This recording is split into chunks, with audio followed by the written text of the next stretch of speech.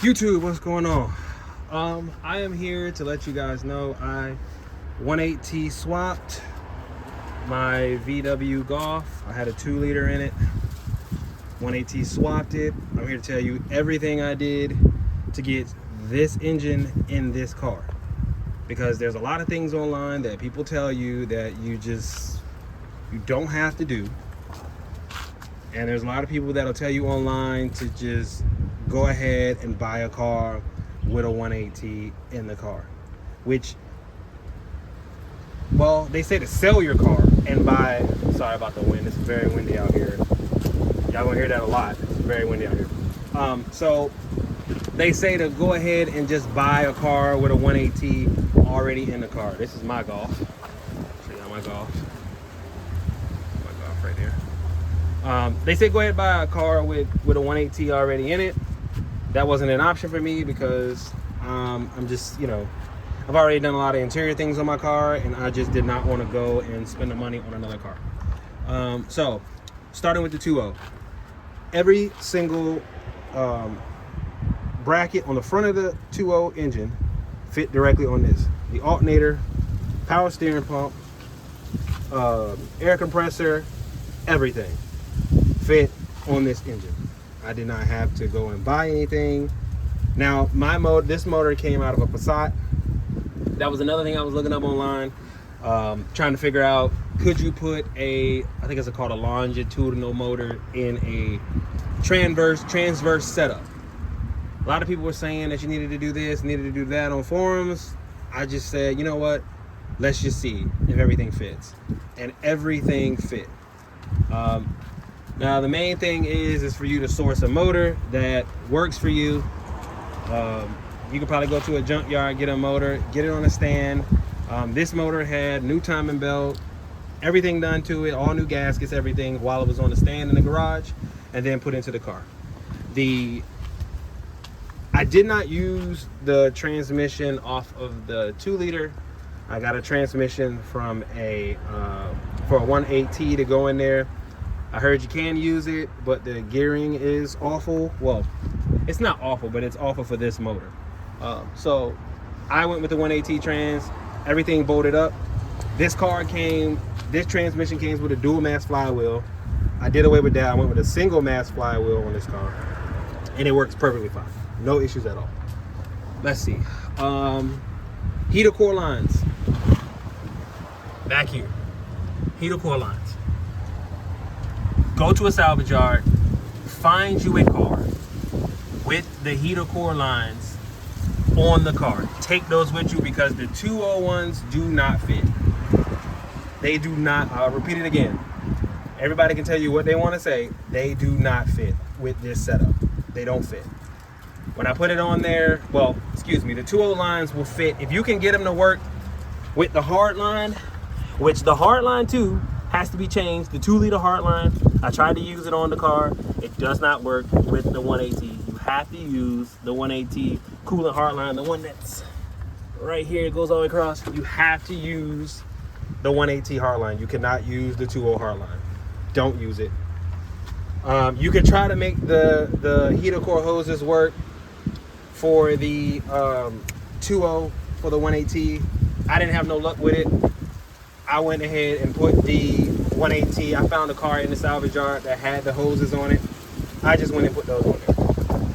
Now, when you go and put the lines on, you need to swap, because this one is going to be on this side for the heater core. You need to swap it, because if you don't, if on the 2.0 this one's on this side, if you don't, it'll pinch the line, and it doesn't work. It don't work. It'll pinch the line. You need to swap these two. There's just a little clip here. Take the clip out and just swap them, and then it works. You got no problem. My turbo, I got my turbo from the junkyard. It looked like it was brand new. It was a KO3S turbo that I got from out of a Jetta in the junkyard, a Polo Jetta from out of the junkyard.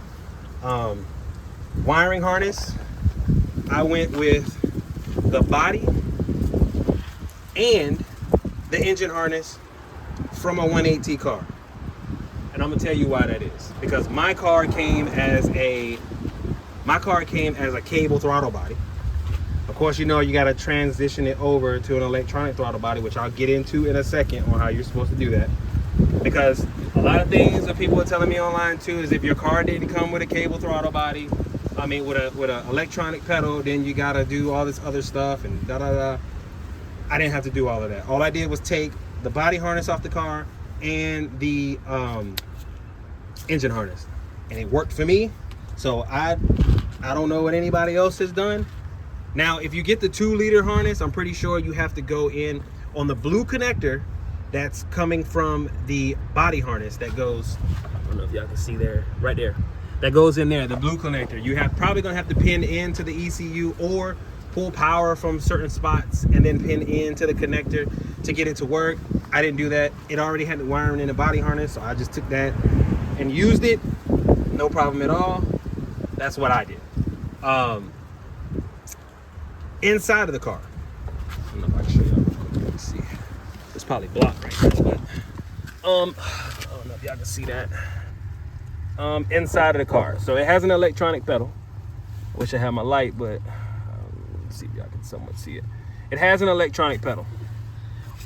You can go on eBay. I'm gonna tell you right now. You can go on eBay and you can buy this pedal set on eBay. I don't know, I thought it was coming off there. You can buy that pedal set, the pedal cluster, off eBay for like 40 bucks. Sometimes they're like 30, sometimes they're like 40 bucks. I bought the full pedal cluster with everything on it, the brake pedal, everything for like, I think I paid $31 for it. And then I went, now, if I was you, I would go and buy some of those on eBay have an electronic pedal with the harness with it. All you have to do, and I am telling you this right now, all you have to do is get that harness for the electric pedal. What I did was the blue connector that's underneath the dash right here is a blue connector that goes to the body harness of the engine. Well, the body harness of the car on the engine belt outside that plugs into the ECU on the left side. All you have to do is get that part. Once you get that part, all I did was I pinned that electronic harness into that blue connector. Once you do that, there's 2 other wires that the car is already gonna have on that blue connector that you need for it. It's already there. Pin it in, plug it in, boom, that's it. That's all you have to do. Nothing less, nothing more. That's all you have to do. Of course, I got my boost gauge right here put in there. I got my boost gauge. See, it's ran pretty clean. Straight down through. Oh, let me show you what I did for my boost gauge. How I ran the vacuum on it. So the vacuum line is ran back through there. It's a little messy the way I did it, but that right there is where the factory cable for the gas pedal went to the throttle body on the 2.0. I took the little grommet that was in there out, took me a Dremel, and I grinded out that grommet until that vacuum hose fit through it. I was able to stick the grommet back in there, and then I just siliconed around it so then water wouldn't get inside of the car. Let's see. Oh, I got a forged blowout valve. You don't have to get a forged blowout valve. You can go with the factory one. I just wanted a little noise with mine, which really wasn't that big of a deal. The mass airflow sensor. The mass airflow sensor, try to find one from the 1AT. I tried to use the 201. It ran kind of funny when I used the 201, so I said, you know what? I'm just gonna go and get one for the 1AT, and that made it run a lot better. Don't ask me why, I don't know, but it did make it run a lot better. My coil packs, they were brand new in a car. These are R8 coil packs, brand new in a car. If I pulled one of them out, you would see it's brand new. Junkyard. I built this car strictly, the motor, everything, all my hoses, everything like that. I found cars with good hoses on it, everything, all of it I built from the junkyard. I'm trying to think. Oh, the hose right here that's underneath this coolant, this little coolant for the coolant sensor and everything bounced to. The hose underneath, I tried to use a what's the word I'm looking for? I tried to use a regular hose off the 2.0 to try to get it to come down, because it comes down and then goes around, like it's almost like a 90-degree hose, and it comes down there. I tried to use a what is it, I tried to use a hose from off the 2.0. It did not work. I just tried to make it work. It didn't work. It was pinching it. It didn't work. This hose is from the 2.0. This hose is from the 2.0. Now, you know, I do have the one for the 180. The 180 one is just straight. It's fine. No problems. Brake booster valve. With the hose that goes to the brake booster. All I did was run it back there with a hose clamp. Ran it around here. Popped it into there. No problems. No vacuum leaks. This car, I deleted all of the evap stuff off of there. I didn't really want it, so I deleted it all. I mean, the car, there's really no difference in the car and the way it runs. So I didn't have any problem with that.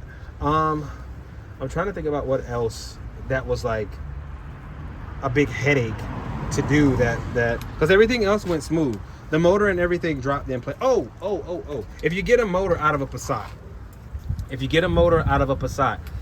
the cover for the Passat, get a cover for a transverse motor, because I couldn't put the engine mount on, which, like I said, this was my first time doing it, so I didn't know. So I couldn't put the engine cover on, the timing cover on, because the hole goes inside of there.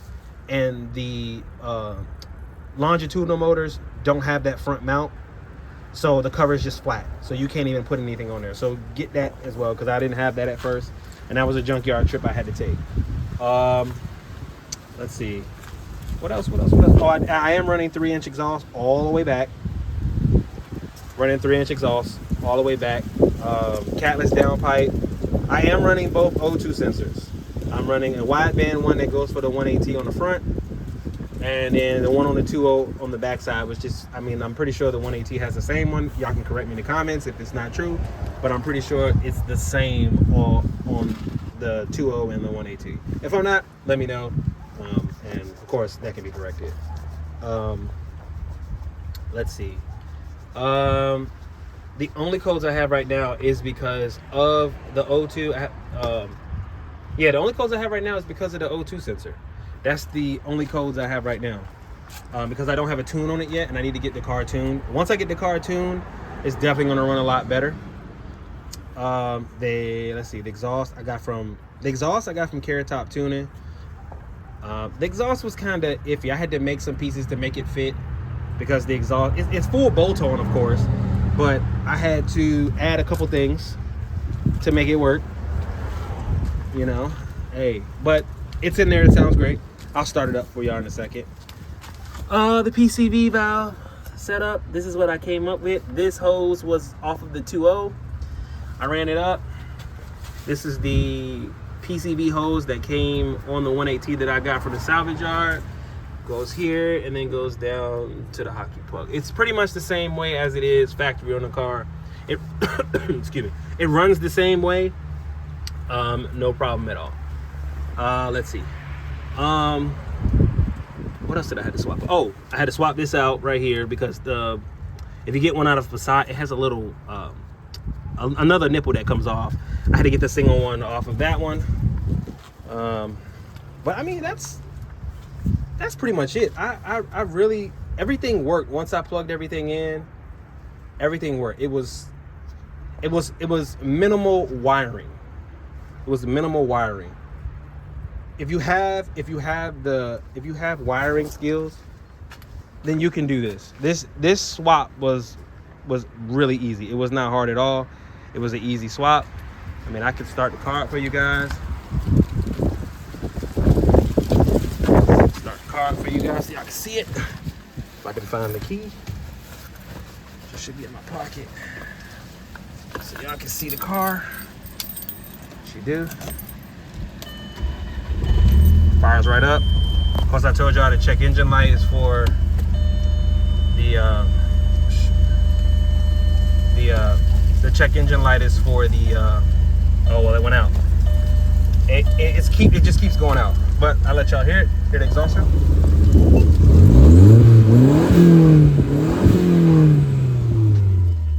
As you can see, she sounds really good.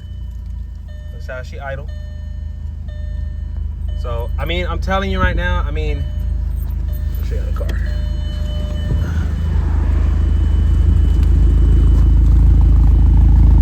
Carrot Top Tuning.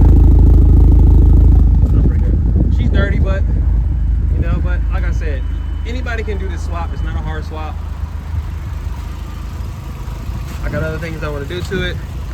But hey, if y'all like this video, let me know if y'all want any more. Hey, get in the comment section. Let me know if y'all need to know any more about the swap or any questions that y'all have. If y'all have any questions, I'm pretty sure that I can answer them. And give me a like. Give me a like, follow. Oh, shoot, I forgot. The exhaust.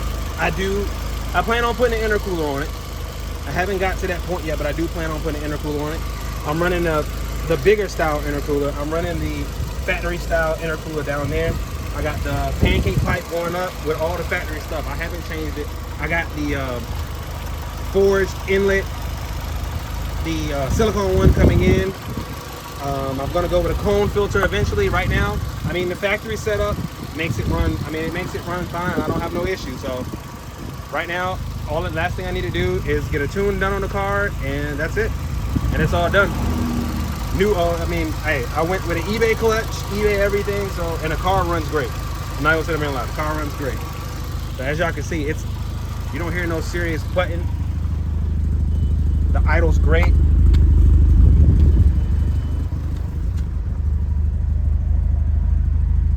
Perfect.